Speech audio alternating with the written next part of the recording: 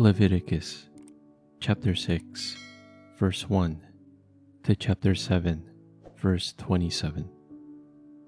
The Lord said to Moses, "If anyone sins and is unfaithful to the Lord by deceiving a neighbor about something entrusted to them or left in their care, or about something stolen, or if they cheat their neighbor, or if they lost property and lie about it, or if they swear falsely about any such sin that people may commit, when they sin in any of these ways and realize their guilt, they must return what they have stolen or taken by extortion, or what was entrusted to them, or the lost property they found, or whatever it was they swore falsely about.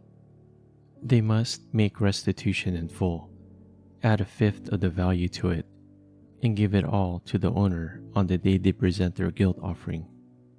And as a penalty, they must bring to the priest, that is, to the Lord, their guilt offering, a ram from the flock, one without defect and of the proper value. In this way, the priest will make atonement for them before the Lord, and they will be forgiven for any of the things they did that made them guilty. The Lord said to Moses, "Give Aaron and his sons this command. These are the regulations for the burnt offering. The burnt offering is to remain on the altar hearth throughout the night till morning, and the fire must be kept burning on the altar. The priest shall then put on his linen clothes, with linen undergarments next to his body, and shall remove the ashes of the burnt offering that the fire has consumed on the altar, and place them beside the altar. Then he is to take off these clothes and put on others, and carry the ashes outside the camp to a place that is ceremonially clean. The fire on the altar must be kept burning. It must not go out. Every morning, the priest is to add firewood and arrange the burnt offering on the fire and burn the fat of the fellowship offerings on it. The fire must be kept burning on the altar continuously. It must not go out."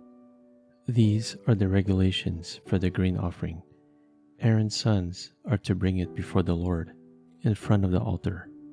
The priest is to take a handful of the finest flour and some olive oil, together with all the incense on the grain offering, and burn the memorial portion on the altar as an aroma pleasing to the Lord. Aaron and his sons shall eat the rest of it, but it is to be eaten without yeast in the sanctuary area. They are to eat it in the courtyard of the tent of meeting. It must not be baked with yeast. I have given it as their share of the food offerings presented to me. Like the sin offering and the guilt offering, it is most holy. Any male descendant of Aaron may eat it. For all generations to come, it is his perpetual share of the food offerings presented to the Lord. Whatever touches them will become holy. The Lord also said to Moses, "This is the offering Aaron and his sons are to bring to the Lord on the day he is anointed: a tenth of an ephah of the finest flour as a regular grain offering, half of it in the morning and half in the evening. It must be prepared with oil on a griddle. Bring it well mixed, and present the grain offering broken in pieces as an aroma pleasing to the Lord. The son who is to succeed him as anointed priest shall prepare it. It is the Lord's perpetual share, and is to be burned completely. Every grain offering of a priest shall be burned completely. It must not be eaten." The Lord said to Moses, "Say to Aaron and his sons, these are the regulations for the sin offering. The sin offering is to be slaughtered before the Lord in the place the burnt offering is slaughtered. It is most holy. The priest who offers it shall eat it. It is to be eaten in the sanctuary area, in the courtyard of the tent of meeting. Whatever touches any of the flesh will become holy, and if any of the blood is spattered on a garment, you must wash it in the sanctuary area. The clay pot the meat is cooked in must be broken, but if it is cooked in the bronze pot, the pot is to be scoured and rinsed with water. Any male in the priest's family may eat it. It is most holy. But any sin offering whose blood is brought into the tent of meeting to make atonement in the holy place must not be eaten. It must be burned up. These are the regulations for the guilt offering, which is most holy. The guilt offering is to be slaughtered in the place where the burnt offering is slaughtered, and its blood is to be splashed against the sides of the altar. All its fat shall be offered, the fat tail and the fat that covers the internal organs, both kidneys with the fat on them near the loins, and the long lobe of the liver, which is to be removed with the kidneys. The priest shall burn them on the altar as a food offering presented to the Lord. It is a guilt offering. Any male in the priest's family may eat it, but it must be eaten in the sanctuary area. It is most holy. The same law applies to both the sin offering and the guilt offering. They belong to the priest who makes atonement with them. The priest who offers a burnt offering for anyone may keep its hide for himself. Every grain offering baked in an oven or cooked in a pan or on a griddle belongs to the priest who offers it, and every grain offering, whether mixed with olive oil or dry, belongs equally to all the sons of Aaron. These are the regulations for the fellowship offering anyone may present to the Lord. If they offer it as an expression of thankfulness, then along with this thank offering, they are to offer thick loaves made without yeast and with olive oil mixed in, thin loaves made without yeast and brushed with oil, and thick loaves of the finest flour, well kneaded and with oil mixed in. Along with their fellowship offering of thanksgiving, they are to present an offering with thick loaves of bread made with yeast. They are to bring one of each kind as an offering, a contribution to the Lord. It belongs to the priest who splashes the blood of the fellowship offering against the altar. The meat of their fellowship offering of thanksgiving must be eaten on the day it is offered. They must leave none of it till morning.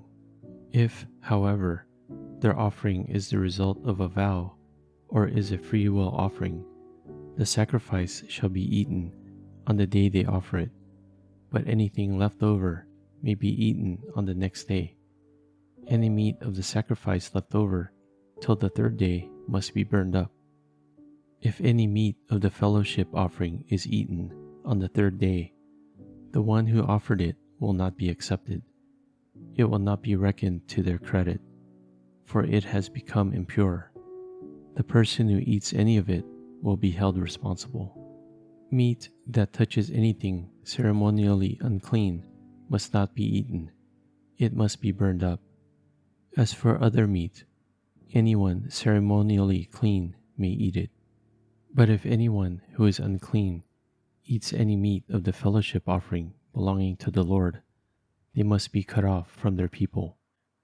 Anyone who touches something unclean, whether human uncleanliness or an unclean animal, or any unclean creature that moves along the ground, and then eats any of the meat of the fellowship offering belonging to the Lord, must be cut off from their people. The Lord said to Moses, "Say to the Israelites, do not eat any of the fat of cattle, sheep, or goats. The fat of an animal found dead or torn by wild animals may be used for any other purpose, but you must not eat it.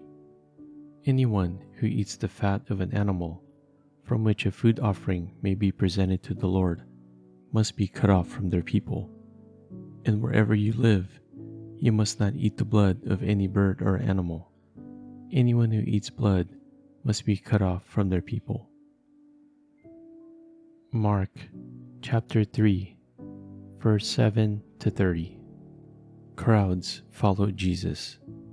Jesus withdrew his disciples to the lake, and a large crowd from Galilee followed. When they heard about all he was doing, many people came to him from Judea, Jerusalem, Idumea, and the regions across the Jordan and around Tyre and Sidon. Because of the crowd, he told his disciples to have a small boat ready for him, to keep the people from crowding him, for he had healed many, so that those with diseases were pushing forward to touch him. Whenever the impure spirits saw him, they fell down before him and cried out, "You are the Son of God." But he gave them strict orders not to tell others about him. Jesus appoints the 12. Jesus went up on a mountainside and called to him those he wanted, and they came to him. He appointed 12 that they might be with him, and that he might send them out to preach, and to have authority to drive out demons. These are the 12 he appointed: Simon, to whom he gave the name Peter, James, son of Zebedee, and his brother John. To them he gave the name Boanerges, which means sons of thunder: Andrew, Philip, Bartholomew, Matthew, Thomas, James, son of Alphaeus, Thaddeus, Simon the Zealot, and Judas Iscariot, who betrayed him. Jesus accused by his family and by teachers of the law. Then Jesus entered the house, and again a crowd gathered, so that he and his disciples were not even able to eat. When his family heard about this, they went to take charge of him, for they said, "He is out of his mind." And the teachers of the law who came down from Jerusalem said, "He is possessed by Beelzebul. By the prince of demons, he is driving out demons." So Jesus called them over to him and began to speak to them in parables. "How can Satan drive out Satan?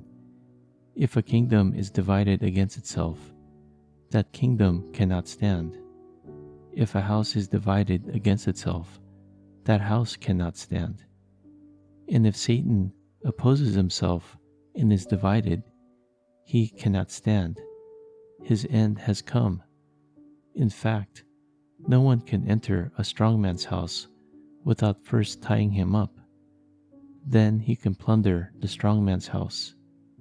Truly I tell you, people can be forgiven all their sins and every slander they utter, but whoever blasphemes against the Holy Spirit will never be forgiven. They are guilty of an eternal sin." He said this because they were saying, "He has an impure spirit." Psalm chapter 37, verse 1 to 11. Do not fret because of those who are evil, or be envious of those who do wrong. For like the grass, they will soon wither. Like green plants, they will soon die away. Trust in the Lord and do good.